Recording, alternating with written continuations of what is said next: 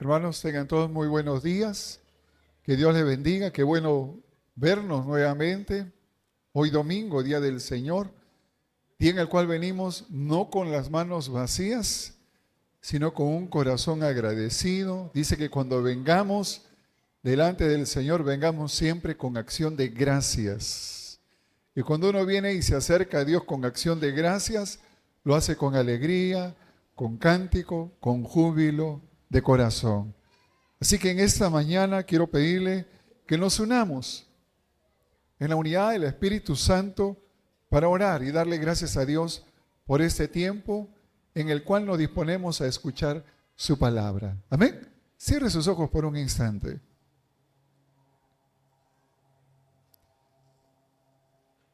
Amado Padre, en el nombre de Jesús, gracias te damos, Señor, por ese tiempo que nos permites reunirnos como iglesia, como pueblo tuyo, como la gran familia que te estás preparando para glorificar tu nombre, pero también para que nuestro oído esté atento a tu voz y tu palabra, cual semilla, sea sembrada en nuestros corazones, lo cual declaramos, Señor, que es buena tierra, tierra que dará fruto al 30, al 40, al 100 por uno. Gracias te damos, Señor, que nuestros oídos estén atentos en esta hora. Te lo pedimos en el nombre de Jesús. Amén. Amén, hermanos. Hace muchos años, en épocas difíciles aquí en el Perú, la razón por la cual también sé que muchos hermanos de Venezuela hoy nos acompañan, pero yo le doy la gloria a Dios que nos permite conocer al pueblo de hermanos de Venezuela que hoy están aquí con nosotros. ¿Cuántos hermanos de Venezuela hay aquí? Levanten su mano. Santo Dios, estamos 50-50. Estamos empatados. Pero cuando juegue Perú-Venezuela no quiero escuchar sus gritos, por favor. No digan gol, sino yo voy a estar diciendo, Señor, perdónalos porque no saben lo que gritan. Pero me alegro porque fue un sentir en nuestro corazón hace muchos años. Yo a mi esposa le decía, tengo carga por los hermanos, por el pueblo venezolano. Y yo le decía, Señor, permíteme uno nada más, uno. Yo le pedía por uno de ustedes, uno al cual yo le pueda predicar. Señor, yo declaro que aquel que le predique va a ser buena tierra y a través de él van a alcanzar a muchos. Y Dios puso en el camino a la persona indicada. Dios sabe, Dios nos escogió, Dios nos predestinó. Y él, cual reguero en pólvora, fue y empezó a predicar a muchos. ¿Cuántos se acuerdan del pibe? Lenin, ¿sí? ¿Cuántos fueron predicados y alcanzados por Lenin para que lleguen aquí? Levanten su mano. ¿Ah? Ahí está. Y le prediqué y él me dijo, pero vos sabés, porque así me hablaba él venezolano, pero hablaba como argentino, ¿no? Pero vos sabés lo que yo le había pedido a Dios, me preguntó él. No sé si no me lo cuentas. Yo le dije, Señor, si tú quieres que me quede aquí en este país, háblame, muéstrame. Y ese día fue que el Señor me guió a mí a acercarme a Él. Ese día comprobamos cómo Dios tiene planes, tiene propósitos y sus planes son perfectos y mejores que los nuestros. Y Dios permitió que a través suyo podamos alcanzar y seguir predicando la palabra a todos aquellos que estén deseosos de escucharla. Y sé de la travesía que he tenido que hacer para llegar al Perú. Y hablamos de distancia. ¿Cuántos kilómetros hay de Venezuela al Perú? ¿Alguien lo sabe? Tarea. Googleen después. Pero la distancia que puede haber hacia el lugar donde nos dirijamos puede estar medido por metros, por kilómetros, por millas, por codos. En otro tiempo se medía por estadios. Pero la distancia marca tal vez un alejamiento. Y hace muchos años, cuando la situación aquí en el Perú era muy difícil, recuerdo que se presentaron posibilidades. Cuidado, la tierra tiembla. Se presentaron posibilidades para que con mi esposa viajemos al extranjero por buscar nuevos horizontes. Pero esa oportunidad que se daba o era para uno o era para el otro. Mi hermana me llamó, me dice, ¿hay posibilidad que te vayas a Canadá? Y dije, me voy a Canadá. O sea, dice, y mi familia y mi esposa y mis hijos. Después se abrió una puerta en Italia. Hay un puesto laboral para ti, Jenny, como enfermera. Te vas para Italia. Mi esposa dijo, no, yo no dejo a mi esposo y a mis hijos. Y sé lo difícil que es dejar a la familia, tal vez por ir a buscar un futuro mejor. No es fácil. Y ustedes bien lo saben, mis hermanos de Venezuela, no es fácil. Recuerdo, puedo contar, Oscar, voy a contar la travesía de Oscar. Oscar llegó primero aquí al Perú y cada reunión que teníamos en la casa de bendición, compartíamos la palabra y venía la hora de la oración y la administración. Y Oscar, ¡wow! Quebrantado. Señor, alguien que tenga alguna necesidad, pida oración, pídalo. Pastor, mi esposa y mi hijo. Amén, oraremos. Y cada martes por su esposa, por su hijo, por su esposa, por su hijo. Y es que no es fácil estar alejado de la familia. Una de las cosas, uno de los regalos más maravillosos que Dios nos ha dado es la familia. Y qué difícil es alejarnos de ella. No es fácil. Para aquellos que amamos, para aquellos que vienen operando el perfecto amor de Dios, un amor sin condición, un amor que está dispuesto a perdonar cualquier falta cometida. Porque de eso se trata en el hogar, en la familia, aprender a perdonarnos, mirarnos con misericordia, mirarnos en el perfecto amor de Dios. No considerar a veces las faltas, las heridas, sino mirarnos perfeccionados, mirarnos a la luz de la palabra de Dios con gracia.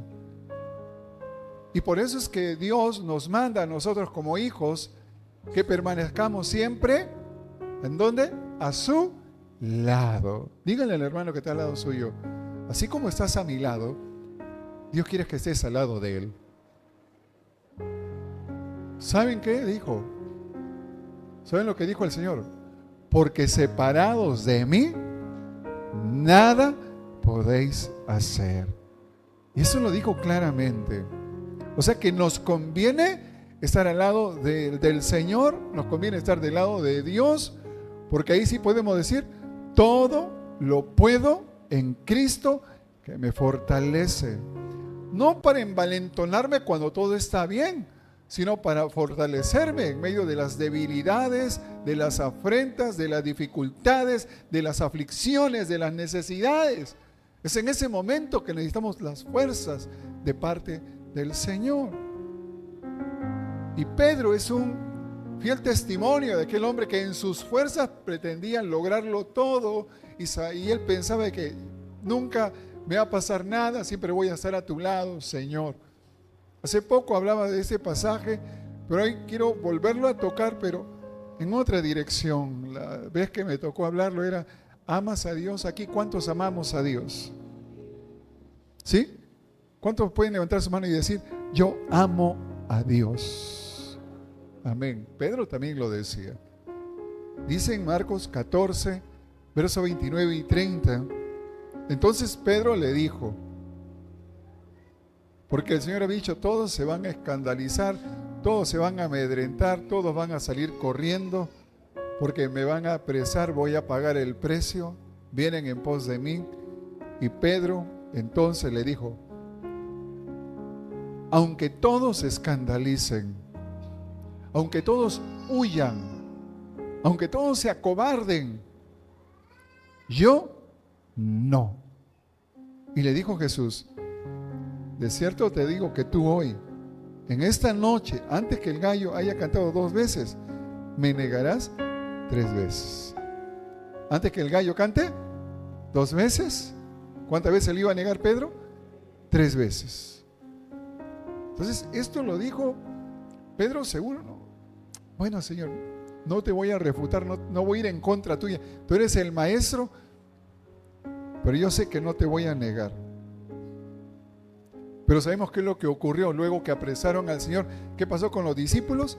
Todos huyeron, no quedó ninguno. Ninguno, el Señor estuvo solo en ese momento. Es más, dice que un joven se había quedado, estaba cubierto con un manto, una túnica, y cuando quisieron apresarlo, este joven también dejó la túnica y se fue desnudo, pero tampoco quería que lo capturen porque sabe que así como habían apresado al Señor, lo iban a tratar también a él. Y ninguno se quiso quedar. Podemos ver a Pedro que habiendo prometido al Señor que Él no lo iba a dejar, lo dejó. Pero ¿dónde estaban también los otros 11? Habían salido despavoridos, habían huido, no habían quedado ninguno en ese lugar. Entonces, cuando el Señor le hablaba a Pedro y le decía estas cosas, es para que nosotros meditemos como iglesia sobre cada paso que damos, cada decisión que tomamos, si nos acerca más a Dios o nos aleja cada día más de Él. Las decisiones que tomamos pueden ser que nos alejen o nos acerquen a Él. Cuando Pedro le negó y se fue, aunque todos habían huido, Pedro no se fue, no se escapó del todo, sino que seguía al Señor de lejos y veía cómo lo trasladaban, y dice que lo llevaron a la casa del sumo sacerdote.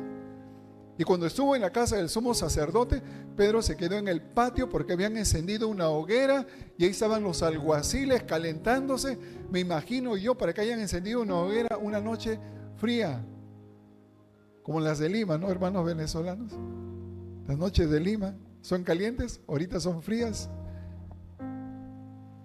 Y Pedro estaba ahí, y estando en ese lugar, veía cómo al Señor Jesús lo habían maltratado, incluso esa noche, burlándose de Él. Le cubrieron el rostro y le golpeaban de lado a lado y le decían: profetiza y di quién te ha golpeado. Yo no sé en ese momento qué podía sentir Pedro, cómo golpeaban a su maestro. Yo tal vez no hubiera soportado en esa escena, nosotros en su lugar, ¿qué hubiéramos hecho?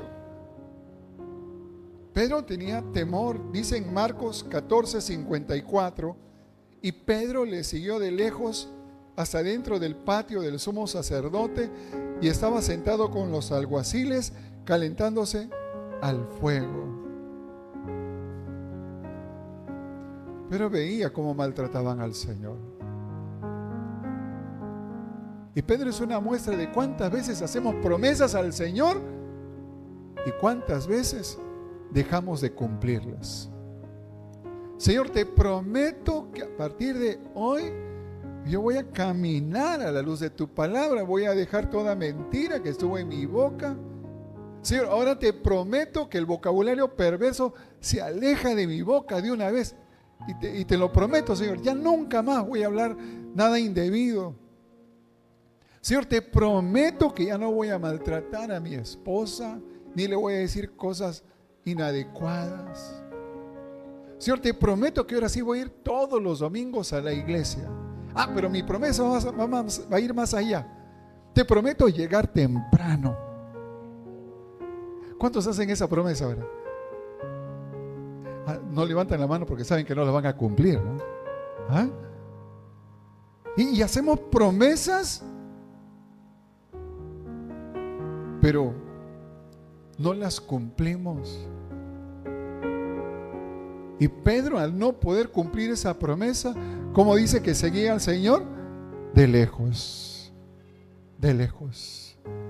Y eso a veces nos lleva a nosotros a tomar una actitud en la iglesia. No damos un paso más cerca al Señor porque esto va a requerir compromiso.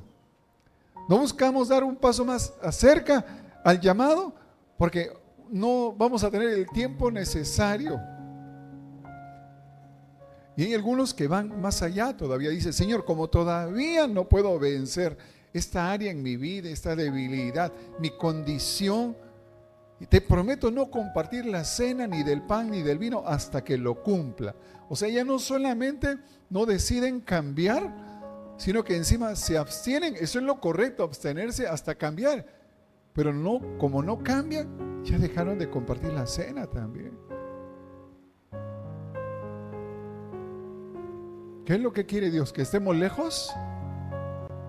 ¿O que nos acerquemos a Él confiadamente al trono de la gracia, como dice la Escritura, para hallar el oportuno socorro? ¿Cuánto necesitamos ayuda de parte de Dios? Yo necesito ayuda. Y Jeremías, ¿qué dice Jeremías?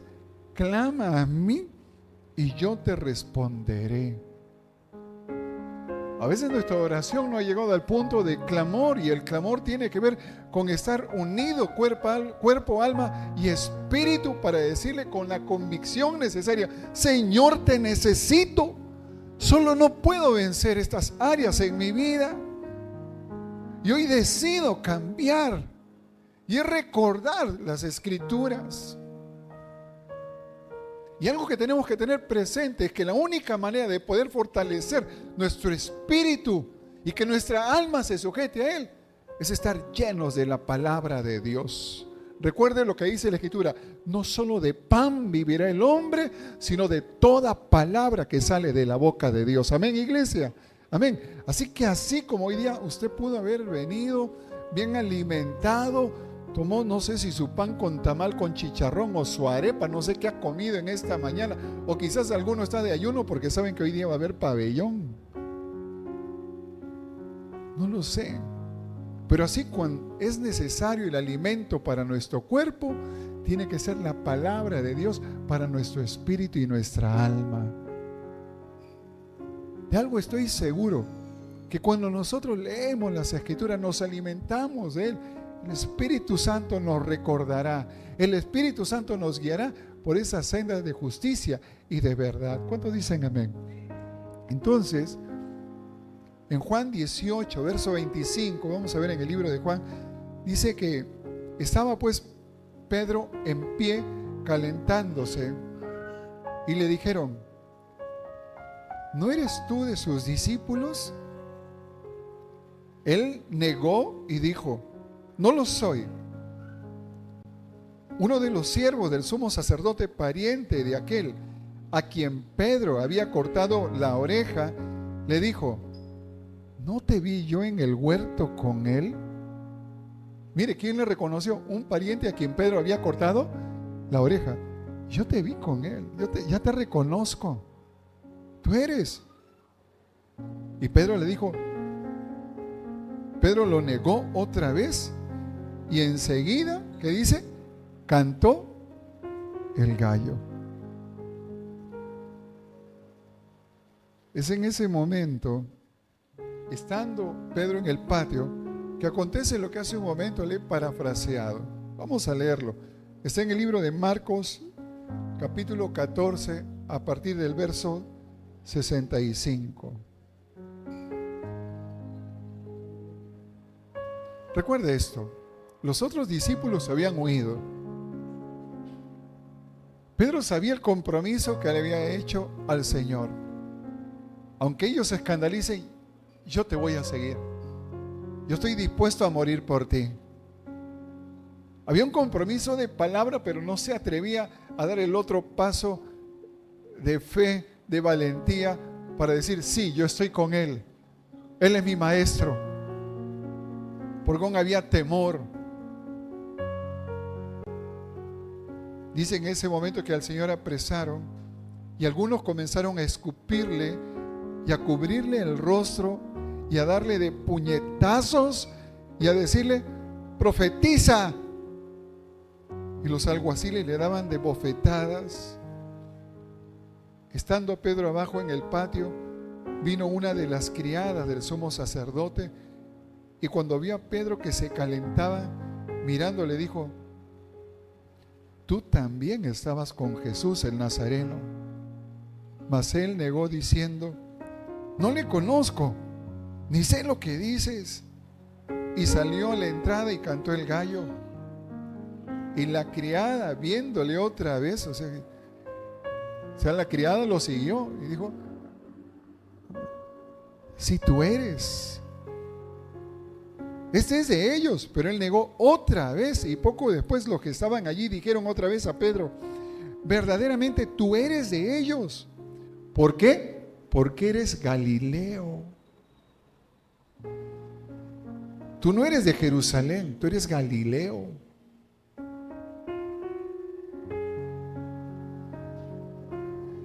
A veces yo identificamos a nuestros hermanos venezolanos porque cuando nos hablan nos cantan. Tienen su dejo. ¿Ustedes perciben nuestro dejo? ¿O lo hemos dejado? ¿Ah? Pero nosotros identificamos cómo hablan.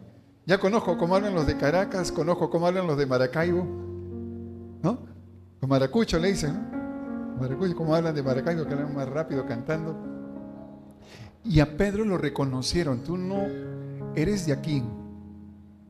Tú no eres de Jerusalén, tú eres de Galilea. Tú hablas como los galileos. Y lo identificaron. ¿Sabe qué? Eso es bueno cuando tú dices ser cristiano y te comportas como tal y eres testigo fiel del Señor. A donde vayas te van a reconocer. Amén, iglesia. Y qué bueno que nos reconozcan quiénes somos, porque identidad debemos de tener de que somos hijos de Dios, y el Espíritu mismo va a dar testimonio de que somos sus hijos. No es necesario ni que te identifiques, porque la gente lo va a percibir. Te van a oler, van a decir, tú tienes algo diferente. Sí, el Espíritu Santo está sobre mí. Es Dios mismo. Mas él se negó diciendo, no le conozco, ni sé lo que dices. Y salió a la entrada y cantó el gallo. Perdón. Y tu manera de hablar es semejante a la de ellos, le dijeron. Entonces Pedro dice que comenzó a maldecir. Empezó a vociferar. Empezó a decir improperios. Empezó a decir de todo con tal de que no le reconocieran.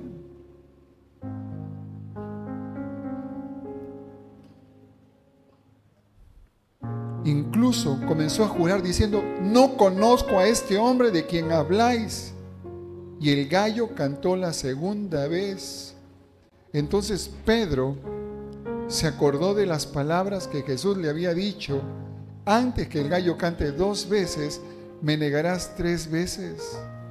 Y pensando en esto, Pedro lloraba.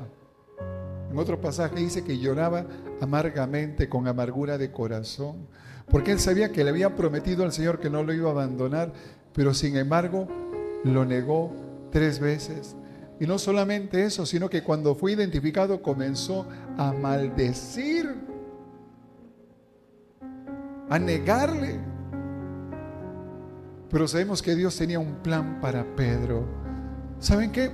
Cuando la Escritura dice que muchos son los llamados, mas pocos los escogidos, es porque Dios está esperando aún que muchos de los que estamos en las iglesias tomemos decisiones que cambien el rumbo de nuestra vida y nos afirmen para verdaderamente saber y entender que somos de los escogidos. Amén, iglesia. Díganle que está a su lado, tú no solo eres llamado, sino escogido de Dios.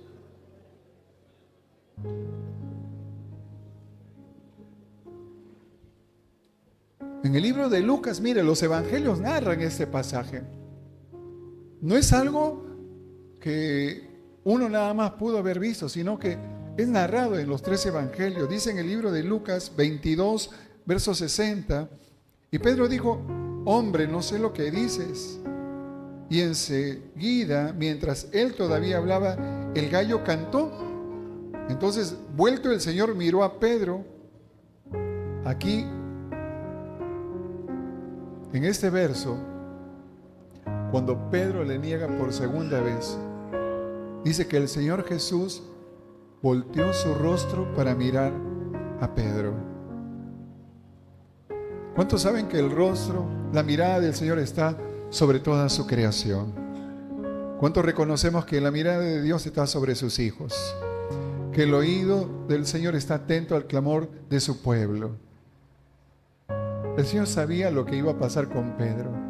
Por eso que en ese momento que le niega por segunda vez, estando él, no sé si postrado, no sé si inclinado, luego de estar siendo insultado, maltratado, el Señor Jesús dice que miró a Pedro, y Pedro desde el patio lo vio a Jesús y se acordó de la palabra del Señor que le había dicho antes que el gallo cante: ¿me negarás 3 veces?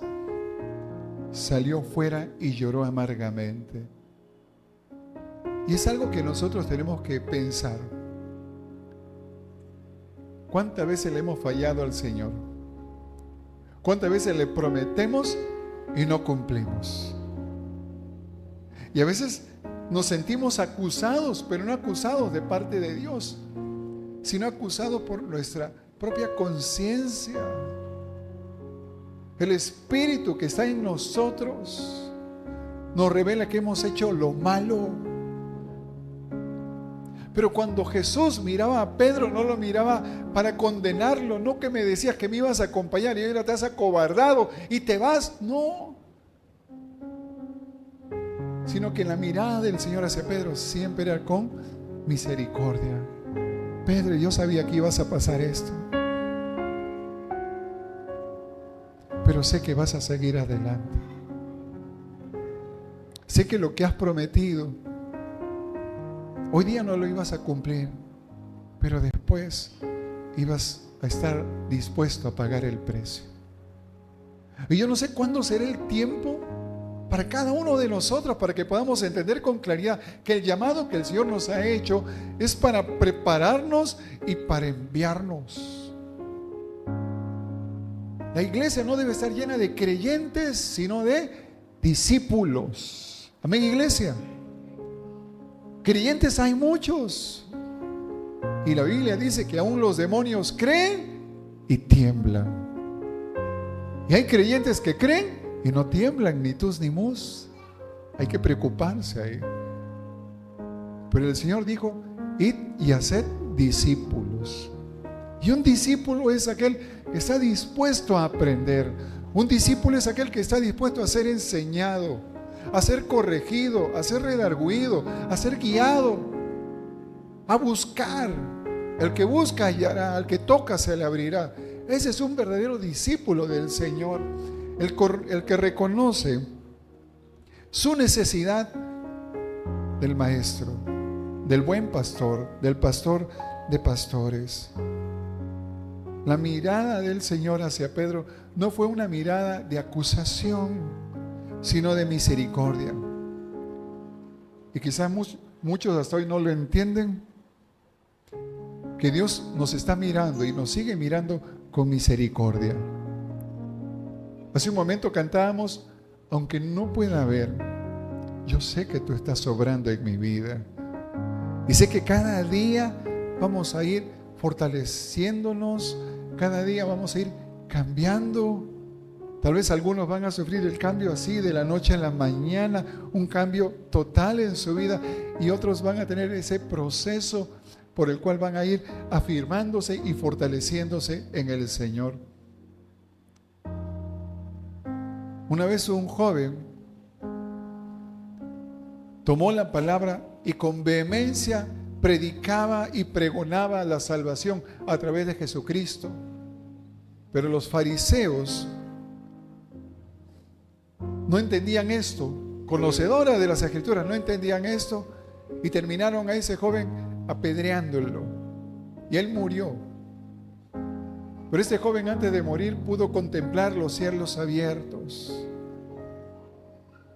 Su nombre es Esteban, es el primer mártir de la iglesia. Un joven. Quizás muchos dirían que este se hubiera convertido en un tremendo apóstol del Señor, pero el Señor tenía un tiempo también para él. ¿Quiénes somos nosotros para cuestionar los tiempos de Dios? La pregunta es: ¿vamos a pasar tiempos difíciles? La respuesta es sí. ¿Seguir al Señor va a ser fácil? No. Porque va a demandar una negación. Y la naturaleza humana está llena de egoísmo, de individualismo, de egocentrismo, de orgullo. Por eso Pedro trataba de sobresalir. Señor, aunque todos estos cobardes se vayan, yo me voy a quedar a tu lado. Siempre procuraba sobresalir, y cuando las cosas no iban tan bien, como que también se echó para atrás. Y dice que luego se reunieron los discípulos, y él quiso ya dejar todo y volver a sus tareas de siempre. ¿Qué cosa era Pedro? Era un pescador del mar de Galilea. Y Pedro se fue a pescar.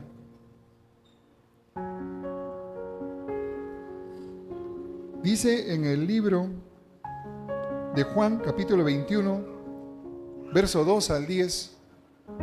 Estaban juntos Simón Pedro, Tomás, llamado el Dídimo, Natanael, el de Caná de Galilea, los hijos de Zebedeo y otros 2 de sus discípulos. Y Simón Pedro les dijo: voy a pescar. ¿Sabe qué? Ya no está el maestro, me voy a trabajar.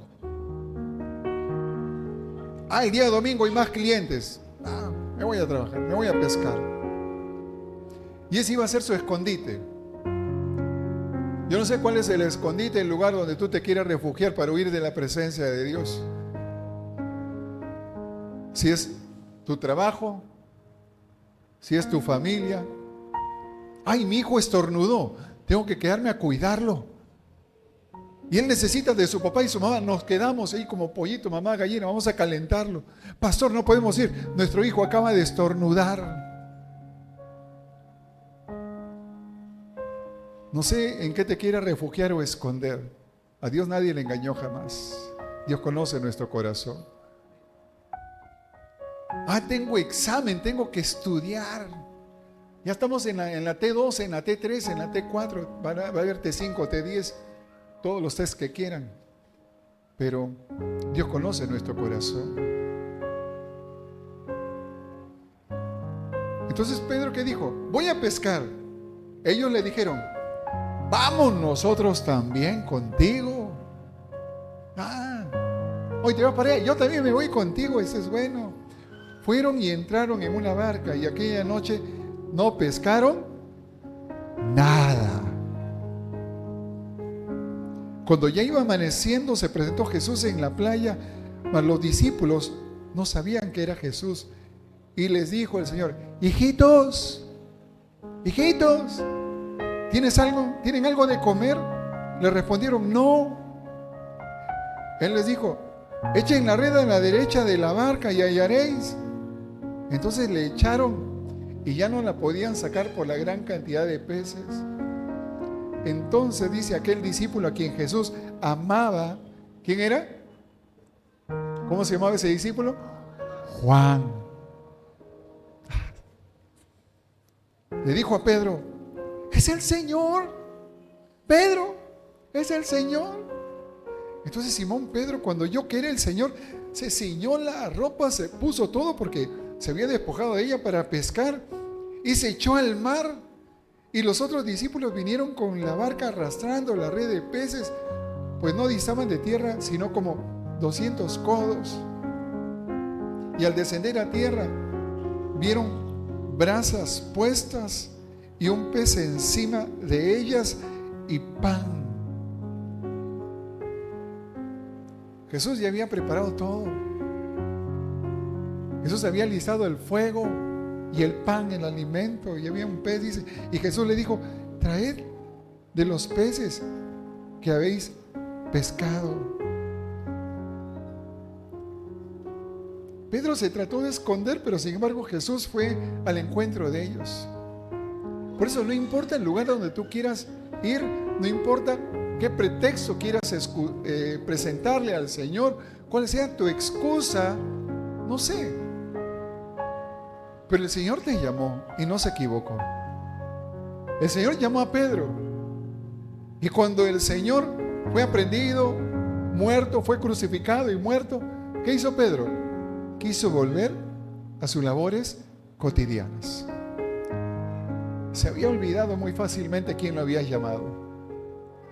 Muy fácilmente se olvidó esos 3 años que caminaron a su lado.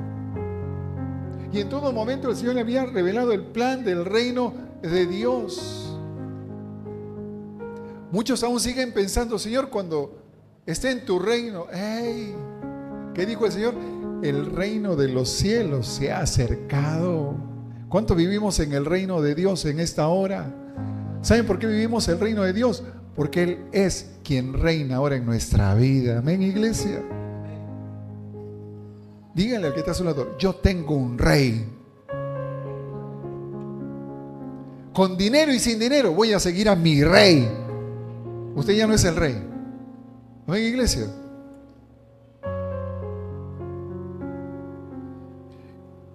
Y si vemos en el pasaje de Mateo capítulo 4, versos 18 al 20, Jesús ya le había dicho algo a Pedro. Pedro se fue por peces. Pero aquí Pedro, el Señor se le presentó y dice en Mateo 4, 18 al 20, andando Jesús junto al mar de Galilea, vio a dos hermanos, Simón, llamado Pedro, y Andrés su hermano, que echaban la red en el mar porque eran pescadores. Y les dijo, venid en pos de mí y os haré pescadores de hombres. Ellos entonces, dejando al instante las redes, le siguieron. Dios nos llamó y nos ha predestinado para ser pescadores de hombres. En pocas palabras, para ir y dar las buenas nuevas de que el reino de los cielos se ha acercado. Cuando leemos Juan 3:16, ¿cuántos se han puesto a buscar las escrituras? Que es Jesús mismo quien dice este pasaje. Es Jesús mismo diciendo, ¿qué es lo que dice Juan 3:16? Porque de tal manera mi Padre los ha amado, que me ha enviado a mí, su Hijo unigénito, para que todo aquel que en mí cree no se pierda, mas tenga vida eterna. Porque la dádiva de Dios, ¿qué es? Vida. Mas la paga del pecado es muerte. Y el pecado es vivir en desobediencia, en rebeldía contra Dios. El pecado del hombre no fue comer la manzana el fruto de un árbol. Eso no, algunos dicen que fue una manzana, no sé si fue naranja, pera, guayaba, no sé. Pero habla del fruto del árbol, del conocimiento, de la ciencia y del bien y del mal. El pecado del hombre fue la desobediencia, la rebeldía. Por eso yo creo que cuando Pedro vehemente dice, yo no te voy a negar, y luego le niega, la vida de Pedro ya no era la misma. Y cuando Juan le dijo, es el Señor, inmediatamente se vició y se vino. Se acercó a él. El salmista, en el Salmo 139, versos 7 al 10, dice esto. Pedro seguía de lejos al Señor, pero el salmista, habiendo entendido quién es Dios, su omnipresencia, su omnisciencia y su omnipotencia, dice, ¿a dónde me iré de tu espíritu? ¿Y a dónde huiré de tu presencia? Si subiera en los cielos, allí estás tú. Y si en el Seol hiciere mi estrado, he aquí, allí tú estás. Si tomare las alas del alba y habitare en el extremo del mar, aún allí me guiará tu mano y me asirá tu diestra. Así que David sabía que no podía haber un lugar a donde él pudiera ir, donde esconderse de la presencia de Dios. No había un lugar donde el plan de Dios para él se dejara de cumplir.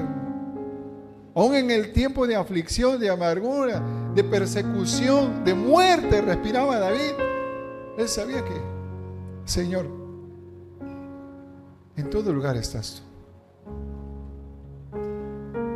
Por eso, en el Salmo 27, verso 4 al 6, él, teniéndolo por entendido, dice, una cosa he demandado a Jehová, esta buscaré, que esté yo en la casa de Jehová todos los días de mi vida, para contemplar la hermosura de Jehová y para inquirir en su templo, porque él me esconderá en su tabernáculo en el día del mal, me ocultará en lo reservado de su morada, sobre una roca me pondrá en alto, luego levantará mi cabeza sobre mis enemigos que me rodean, y yo sacrificaré en su tabernáculo sacrificios de júbilo, cantaré y entonaré alabanzas a Jehová.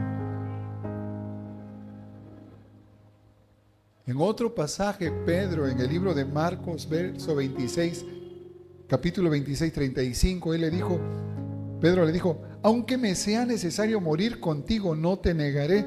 y todos los discípulos dijeron lo mismo. En este pasaje Pedro dice, si me es necesario morir, yo voy a morir contigo.